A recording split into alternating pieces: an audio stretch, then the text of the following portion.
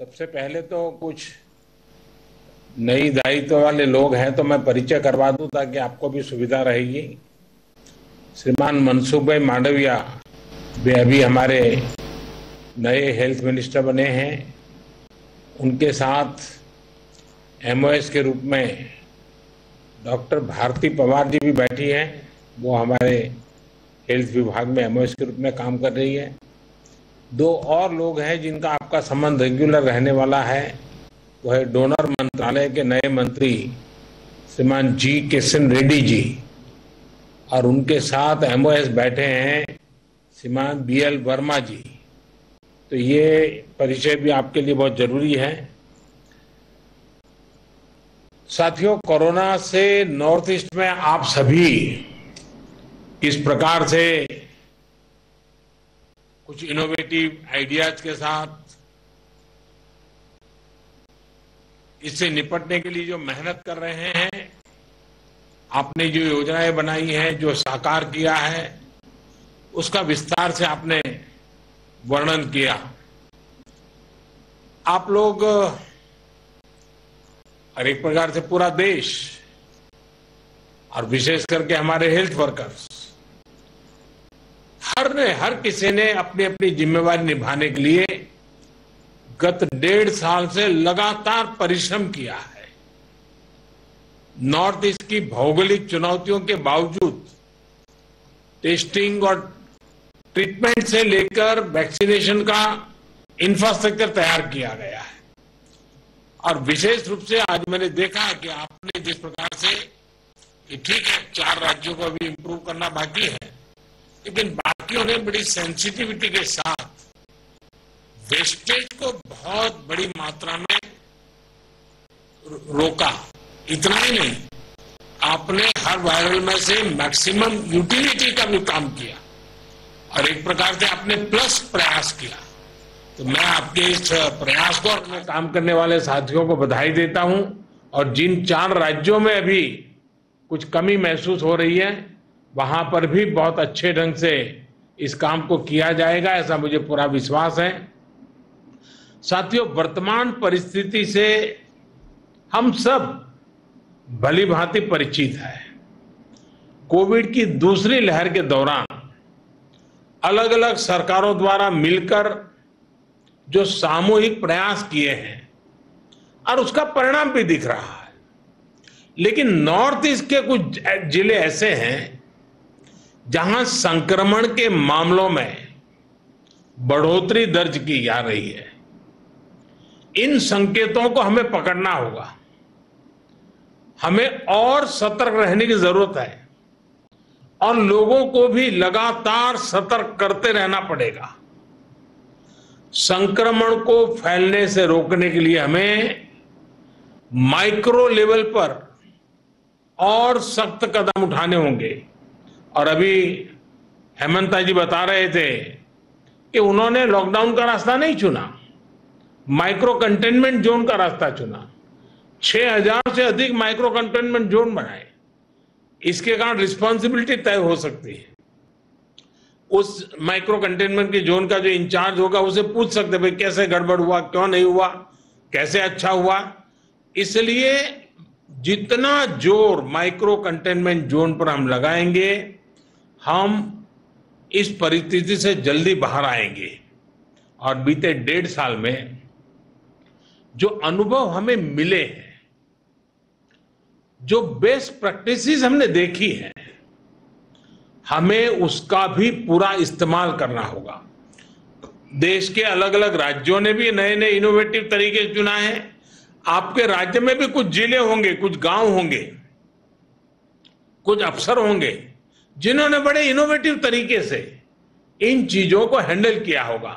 ये best practices को identify करके उसको जितना ज्यादा हम प्रचारित करेंगे, हमें सुविधा होगी।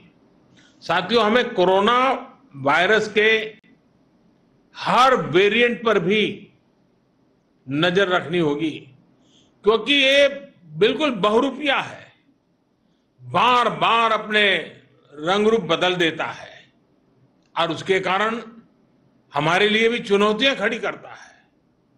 और इसलिए हमें हर वेरिएंट पर बहुत बारीकी से नजर रखनी पड़ेगी। म्यूटेशन के बाद ये कितना परेशान करने वाला होगा, इस बारे में एक्सपर्ट्स लगातार स्टडी कर रहे हैं। पूरी टीम हर बदलाव पर नजर कर रही है। ऐसे में प्रिवेंशन और ट्रीटमेंट ये बहुत जरूरी है। इन दोनों से जुड़े उपायों पर ही हमें हमारी पूरी शक्ति लगानी है, पूरा फोकस इन्हीं चीजों पे करना है। वायरस का प्रहार वो 2 गज की दूरी, मास्क और वैक्सीनेशन के कवच के सामने कमजोर पड़ जाएगा। और ये हम पिछले 1.5 साल के अनुभव से देखा है।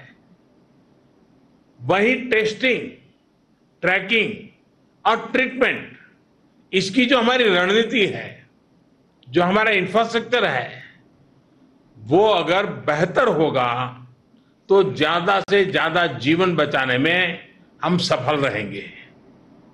ये पूरी दुनिया के अनुभवों से प्रमाणित हो चुका है।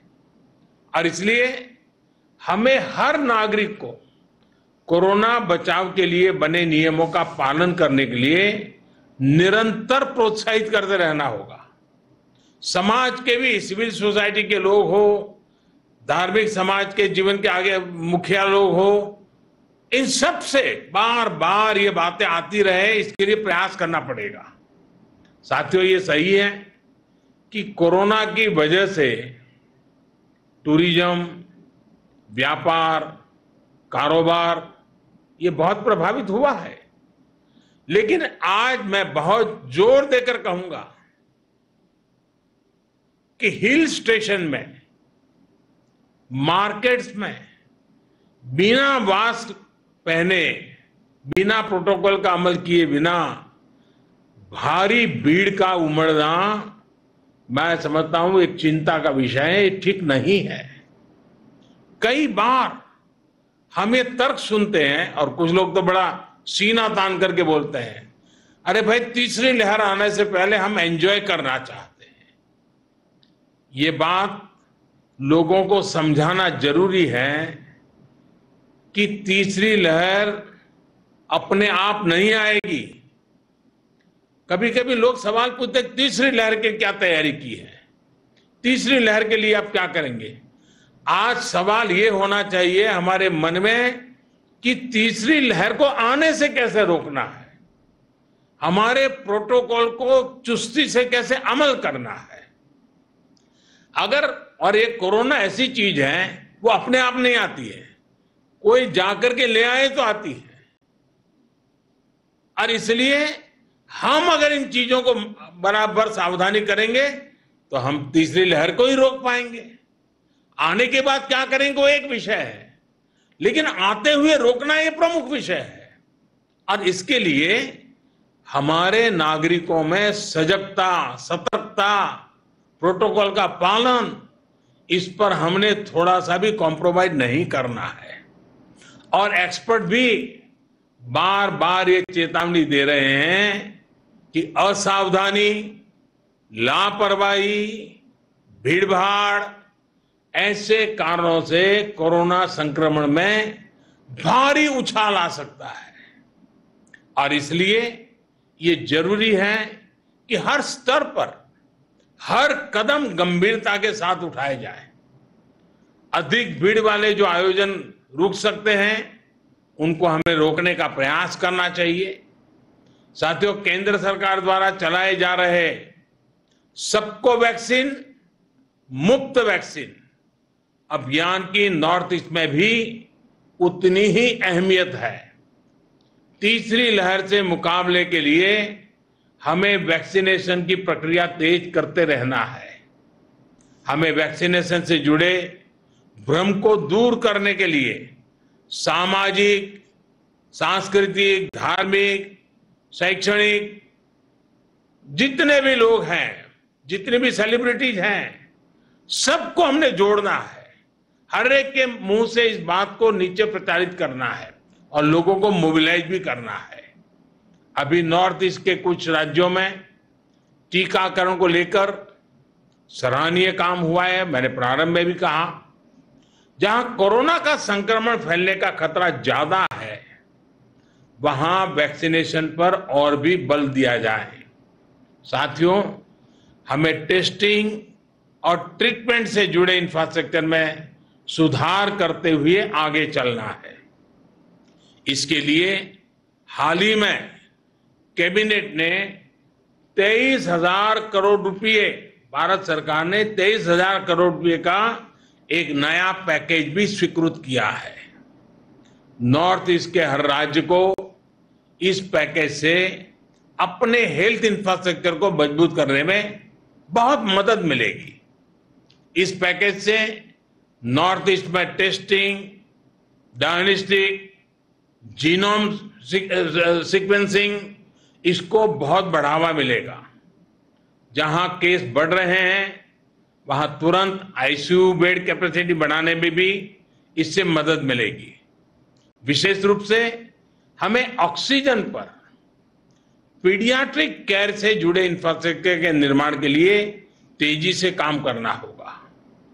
पीएम केयर्स के माध्यम से देश भर में सैकड़ों नए ऑक्सीजन प्लांट्स लगाए जा रहे हैं और मुझे खुशी हुई आप सभी मुख्यमंत्रियों ने इस काम में जो तेजी से प्रगति हो रही है, इसके लिए बहुत संतोष व्यक्त किया। नॉर्थ ईस्ट के लिए करीब 150 प्लांट स्वीकृत हुए हैं। मेरा आप सभी से आग्रह है कि जल्द से जल्द पूरे हों, कहीं कोई बाधा ना आए, इस पर भी एक दृष्टि रखें और इसके लिए आवश्यक जो मैन पावर है, स्किल मैन पावर है, उसको भी तुरंत साथ साथ तैयार कर लीजिए ताकि बाद में जाकर के वो दिक्कत ना आए। नॉर्थ ईस्ट की भौगोलिक स्थिति को देखते हुए अस्थायी अस्पताल बनाना भी बहुत जरूरी है।